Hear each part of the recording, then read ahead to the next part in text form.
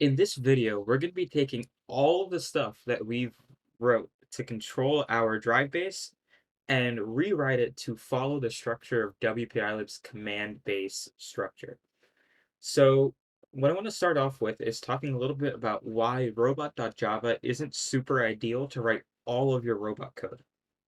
So eventually, as you progress throughout a build season, you're going to start writing code for a lot more subsystems. And a lot of subsystems require a lot of different levels of control, all these different motors and different methods that make it super difficult to just use robot.java. And typically, we usually break things down into subsystems and their appropriate commands in order to be more organized and efficient when writing code. So one of the things that you'll eventually see as you progress through this video series is that there's a lot of different ways that we can control a specific subsystem.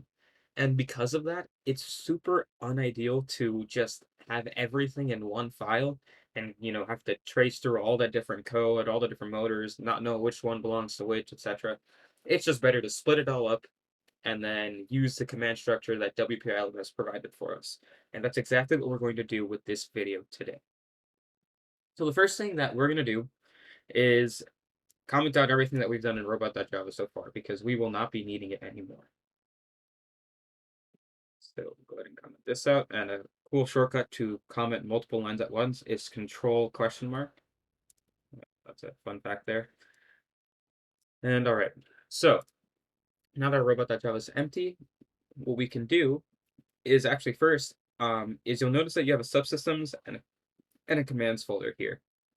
Now, briefly, just to recap what we talked about in our very, very first introductory video. Remember, a subsystem is where we tell our code all of the different motors that are included in our subsystem and write the methods that actually move the motors. So methods that directly call, left side primary dot set at control mode dot percent output, left percent out, stuff like that.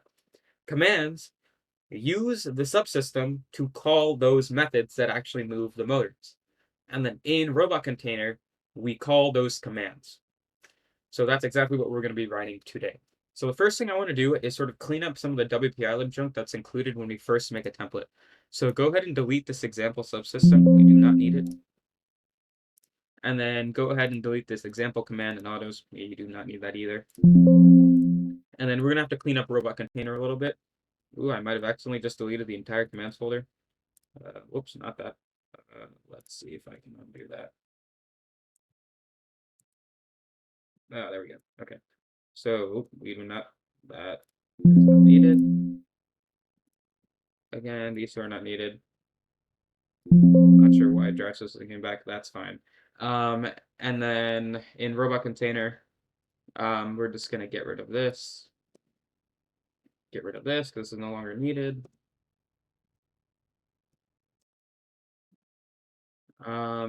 And for our auto command, feel free to delete this and type the word null, meaning you're not going to return anything to, or you're just going to return an empty value. And then get rid of this, these lines right here, no longer needed, and get rid of these import statements. And you should be good to go.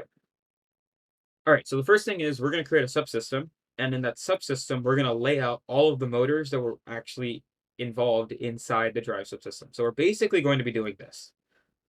So we're going to go ahead and right-click this, and the easiest way to create a subsystem is, like I said, right-click, and over here at the bottom, you're going to hit create a new class/command, type in subsystem, and we're going to call this drive subsystem, and bam, there we go. We have a basically WPILib takes care of creating some of the important parts of a subsystem for us. So we don't have to actually do any of that. So just like before, what you want to do is create all of the attributes related to your subsystem. So what you can basically imagine this to be is a small robot.java file that's dedicated just towards your drive subsystem. That's essentially what this is. And so what we're going to do is first create all of our motors. And rather than go through the tedious part of copying or writing all that down, I'm just going to copy and paste it from right here. And I'm just going to get rid of the comments. To do that, you can hit the same key that does the fancy auto commenting. It'll undo the comments too. I'm just going to format my document. And we got to import this because we haven't used it in this class yet. And there we go. We got all the motors created. Now, drive subsystem, this constructor right here is effectively just an initialization thing. And so this is where we can set up all of our settings to our motor. So resetting it to factory defaults, following, inverting, etc. You want to do that in the constructor. So I'm going to scroll down and just copy it again. I do not feel like typing it. There we go. Uncomment, and I'm just going to format. There we go. So we've got all of our motors set up, and we've got their specific settings associated with each of our motors. So now that we've got that, we want to make a method separate from periodic. We're not going to talk about periodic for now because it's not really relevant to what we're doing today. In a future video, however, you will see that periodic comes quite in handy. So for right now, all we're going to do is talk about writing a method that drives our tank drive, so actually runs the motors. And so the best name for this, and again, void meaning no return type, best name for this is drive. And if you remember, when we actually ran the drive part, or when we actually spun the motors, we did this. And this is literally exactly what we're going to do. And notice we took in two doubles, left percent out, right percent out. And that's what we're going to take in for our actual drive method. So double left percent out, and double right percent out. Great. And then what we can do is literally just this. I'm going to copy and paste it. Is this right here. So we're going to do left primary dot set, and we have to import control mode. So this is the first time we're using it. Is all it's going to do is run the left side primary. Remember, left side primary, that is the master motor to left side 1, left side 2. Right side primary, that's the master motor to right side 1, right side 2. And that's going to be run for a specific percent output as specified by left percent out and right percent out. Now, one of the key things to understanding how this will come into play eventually is being able to trace through all of the method calls for drive. And I'll explain what that means after we write our command and actually instantiate the command in robot container and run it on our robot. So for now, all you need to worry about is we have our drive method that takes in a left percent out and right percent out for the left side of the robot and the right side of the robot. Remember, those are the three groups of motors, or groups of three motors rather. And then we can run each master motor as the others will follow. So now that we got our subsystem set up, we need to make a command that calls this drive method. In order to do that, we're going to right click our commands folder. We're going to create a new /command.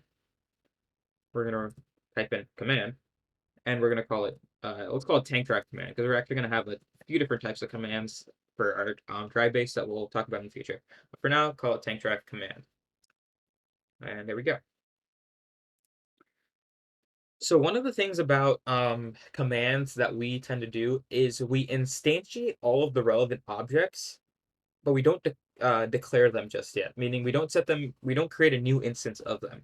We actually just create them at the top over here, and then set them equal to their respective attributes by taking them inside the constructor. So what that looks like, and what I'll talk about, and as we'll see, is the first thing that we need to do is specify what subsystem this command is going to work with. And in this case, this command, tank drive command, is working with our drive subsystem. So we're going to create our drive subsystem, and we'll call it drive subsystem, which is a lowercase d. Notice we're not actually initializing it just yet. We're just declaring that it exists. Inside the constructor is where we will take in an instance of drive subsystem, which I will call d. And we can say that drive subsystem equals d. Now, another important part of our command is the left percent out and the right percent out, right? You know, the left joystick value and the right joystick value. That's going to be passed in directly to this command. Now, this is where things get a little bit tricky in that whenever we create a new instance of this tank drive command, right? What's actually happening is the tank drive command constructor is going to pull the values of the joystick at the moment the tank drive command is created. So if I was to create a tank drive command, and let's say my other two arguments inside my constructor were left percent out and right percent out, just as normal doubles, right? So let's say I do something like new tank drive command. I pass in my drive subsystem, and I pass in Xbox controller, right? Xbox controller dot get raw access. I believe it was 1, right? And then Xbox controller dot get raw access 5. Remember, these are actually valid percent outputs. But if I was to do this, let me show you another line of code, and I want you to see if we can figure out the difference between these two. So let's say I wrote new tank drive command, drive subsystem 0.5, 0.2. What you'll notice is that these two are actually very similar in that this value right here is a constant, and this value right here is also a constant. Because the issue here is that every time a new instance of tank drive command is created, it's only going to be one instance of tank drive command, meaning that this value right here needs to somehow be continuously updated whenever an instance of tank drive command is created. So what's actually going to happen is you might be stuck with a constant value. And maybe when you first initialize this command, your axis value might be 0. So your robot just might not move, right? So these values are actually constants. They're not actually changing, which is an issue because we want these to continuously update based on how we move our joystick, right? So in order to do that, we can use something called a supplier. So we can create something called a double supplier in this case. So there are suppliers of different data types. In this case, we're concerned with doubles, right? Because that's what we're working with. So we can call it double supplier. We'll call this one left percent output, or let's call it left percent out.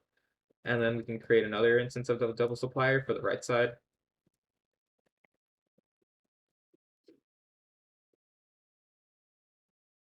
I'm going to import that. So that's the first time we're using it. And then, again, we don't really initialize anything inside our command. It's a good practice not to. Rather, we just pass them in. And again, these values are not going to be set equal to a new double supplier. These values are going to be set to whatever's passed in from the tank drive, whatever we passed into, rather, the tank drive command. And what are we passing into that are doubles? The joystick values, right? So we actually have to pass them into our constructor over here. So double supplier, call this L, and then double supplier, what do I put a space between them? That's not needed. R. And then we can say that our left percent out is equal to L, and that our right percent out is equal to R. Now the final thing we need to do in our constructor is run a method that's specific to WPILib called add requirements. And inside add requirements, you pass in the subsystem that you're using. Now what I want to do is quickly go to add requirements real quick and just read the comment that they provide. So this method, add requirements, will add the specified subsystems to the requirements of the command. The scheduler will prevent two commands that require the same subsystem from being scheduled simultaneously. So WPILib, the way all of your commands are actually run is that they go through something called the command scheduler. And the command scheduler allows you to, is essentially like, you can think of it sort of like a calendar, but for all the commands that need to be run, right? And one thing that you don't want is multiple commands running your tank drive at the same time.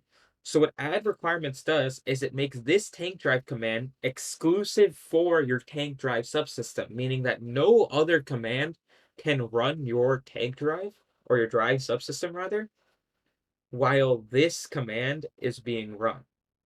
And so that's what add requirements does. It basically makes this command exclusive to your subsystem for the duration that this command is run. And in this case, our command is run for all of teleop, right? Because we're always driving when we're in teleop, right? And so in this case, add requirements, it's just going to leave this tank drive command completely exclusive just for the drive subsystem. Nothing else can run on drive subsystem. So that's what add requirements does. And basically makes this command exclusive for it for the duration of the command. So there are two methods that I first want to start off with inside that you'll see over here. The first one is initialize. The second one is execute. So like I explained in our very first real programming video, initialize is kind of like the same thing as init, anything that you want to set up before you actually run your command. And execute is your actual periodic thing. This is what's running continuously. So because we're only writing a drive command, there's nothing that we really need to do in the beginning of the command. We just want to purely drive, right? So all we need to do now is call our drive subsystem's drive method. And in order to get the values from the double supplier, it's just left percent out dot get as double. and then write %out, that get as double. And this will allow you to execute your drive command. So let's just do a quick recap so far and do a little bit of tracing like I was talking about before. So we created a tank drive command that takes in the drive subsystem, the value that we want to actuate the left side of the drive system at, and the value that we want to actuate the right side of the drive subsystem at. And so these values are represented with double suppliers. And again, the reason that we need a double supplier is because we want our values to continuously update every time we make the instance of tank drive command. Because remember, we're only making one instance of tank drive command, and we need that instance to continuously update. And in order to do that, we can use a supplier plus something called a lambda function, which we'll talk about once we integrate this command into a robot container. Another thing to also keep in mind is that we don't actually create formal instantiations inside our commands. We only pass them into constructors, and we actually instantiate them based on whatever is passed into the constructor. We also added our requirements, which allows this command to be completely exclusive to the drive subsystem. And then we also, inside execute, ran the drive command, sorry, not command, the drive method that we created inside our drive subsystem, which again is right here. And this is the method that's actually doing the motor setting. This is what's actually spinning your motors. All we're doing in execute is calling that method that's responsible for spinning the motors. All right, next thing that we need to do is integrate all of this in a robot container. Now, a robot container, if there's one rule that you need to know, and one very important rule, is that anytime you instantiate your subsystem, it should be done in robot container. In other words, I'm going to make, and again, this is our class robot container, right? Just like any other class, we make our attributes private. So private drive subsystem equals new drive subsystem. This thing I'm doing right here, this new drive subsystem, this should only ever be done in robot container. There usually isn't an instance where you need to initialize a new instance of a subsystem inside robot container. And if you end up doing this inside other code classes, the command scheduler is going to end up getting really confused because it does not know which instance of your drive subsystem to use, and you're going to end up crashing your code. So again, only make new instances of your subsystems inside robot container, because this is the only instance that's actually being created that's new, and it's the only instance that's going to be passed into our commands. So the way we configure our button bindings inside a robot container is inside the constructor, and the way WPILib likes to do things is they make a separate method for configuring your button bindings. And so we're going to head down over here and do exactly that. So I deleted the comments here. Feel free to do that if you want to, just keep it nice and clean. And so what we're going to do is configure our button bindings. Configure our joysticks to run our tank drive command. Now, one thing that we need to do, and one thing that's sort of a rule when configuring your button bindings, is that you can't do something like new tank drive command. That will not work. That's not going to do anything, because all that's doing is just making a new instance of tank drive command. It's not actually running because there's no button that's actually responsible for binding it to your button, right? So you can only run commands if they're associated with a button binding, or if they're the default command of a subsystem. The default command for a subsystem is essentially just a command that's going to be continuously running. So even if there's no command that's actively running on your subsystem at any given moment, your default command will still be running. And in the case for drive, really the only command in teleop that's being run for our drive base is our tank drive command. So what we can say is drive subsystem dot set default command, and we can set it to new tank drive command.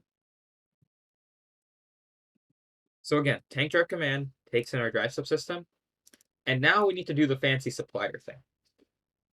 So before, remember, the joystick values that we passed in were Xbox controller get raw axis 1 for the left side, and Xbox controller get raw axis 5 for the right side. Keep in mind that if you tested this and you needed to negate any values, do be sure to copy the negated values too. So make sure you add your negative signs. I don't have any right now, but make sure you copy them in if you do have them. And what we're going to do is we want to remember again, a double supplier, or I guess the purpose of a supplier is to provide a continuously updating value to this tank drive command. And the lambda function essentially sort of converts your double into a supplier and treats it as continuously updating, right? Because the values from the joystick are continuously updating, but the thing is, you can only get them to change if you provide them a way to actually update in the first place. And to do that, we can use a lambda function. So all it is a set of parentheses and then an arrow that points to your double value. So in this case, I just copied it in. In this case, you can see it's pointing to Xbox controller.getRawAccess1. We have there. Oh, never mind. And then we're going to do the same thing, but for the other side. So this is going to be another lambda function right here. And this is going to be Xbox controller.getRawAccess. That's going to be 5. Let's get add a semicolon to the end. Oh, we have one. What's going on? Ooh, I forgot something. All right. I'm going to leave this blank for now. We forgot to make our joystick at the top. That's another thing that's very important. So another thing that you have to do in Robot Container that I completely forgot is actually making our joystick. So we're going to do joystick Xbox controller equals new joystick. And this joystick is connected to port 0. Like we talked about in our previous video on the driver station, you can see I've got my controller connected to port 0. Don't forget to make your joysticks. Very important. All right, so now we have our joystick made. Now we can actually do our lambda function. So again, the lambda function allows the joystick values to continuously update and update within the command. And it effectively, in a way, if you will, takes your double values and treats them as suppliers. And that allows you to have the joystick values continuously update within this one instantiation of tank drive command. Again, lambda function, set of parentheses, an arrow, Xbox controller, get raw access 1. And again, keep in mind, if you have a negative value, you can add it right here. I don't have any right now, but from your testing, you might need it to have an extra negative value. And it's just going to be the same thing for the right value as well. Xbox controller.get raw access, and that's going to be 5 for at least my controller. And there we go. I'm just going to space this out a little nicely so it's easier to see, get some formatting into. Oop, there we go. Okay. So with this, you should be good to go in terms of running your tank drive with this tank drive command. So what I want to do is talk about some of that tracing earlier, just so we can see how everything's connected. So inside Robot Container, we created an instance of our drive subsystem. We created an instance of our joystick. Now, Robot Container inside the constructor has a method called configure bindings. We're going to head over to configure bindings. And inside configure bindings, we set a default command for the drive subsystem. And this default command is the new tank drive command that we just wrote. This tank drive command takes in 3 things. It takes in the drive subsystem, a double supplier to actuate the left side of the drivetrain, and a double supplier that specifies a percent output for the right side of the drivetrain. We use the lambda function for our get raw access whenever we call get raw access, because we need these values to continuously update within this one instance of our tank drive command. And the lambda function effectively treats these as suppliers. Now, if we head over to tank drive command, you can see we have our 3 arguments that we're taking in. Inside the constructor, you have to also add requirements to drive subsystem to make this command exclusive to your drive subsystem. And then inside execute, we call drive subsystem.drive, which is the method that we wrote, and left percent output get as double, and right percent output get as double. And get as double is just a way to access the currently updated values that's passed in to the double supplier. And where are those values being constantly updated? Inside Robot Container with the lambda function. So again, we call the drive subsystems drive method, and this is the drive method right here, which takes in two doubles. The doubles that it took in were from the double supplier, and the double supplier is the lambda function that's pointing to the raw access values of your Xbox controller. And once again, drive subsystem contains a full layout of all of our motors, which is right here, all of our motor objects created. And we also set all of our settings to our motors within the constructor. So that about wraps it on converting all of our code into a command-based structure. And yeah, our next video, we're going to talk about some new and interesting ways to actually command our drive base. We'll catch you in the next video. Thanks for watching.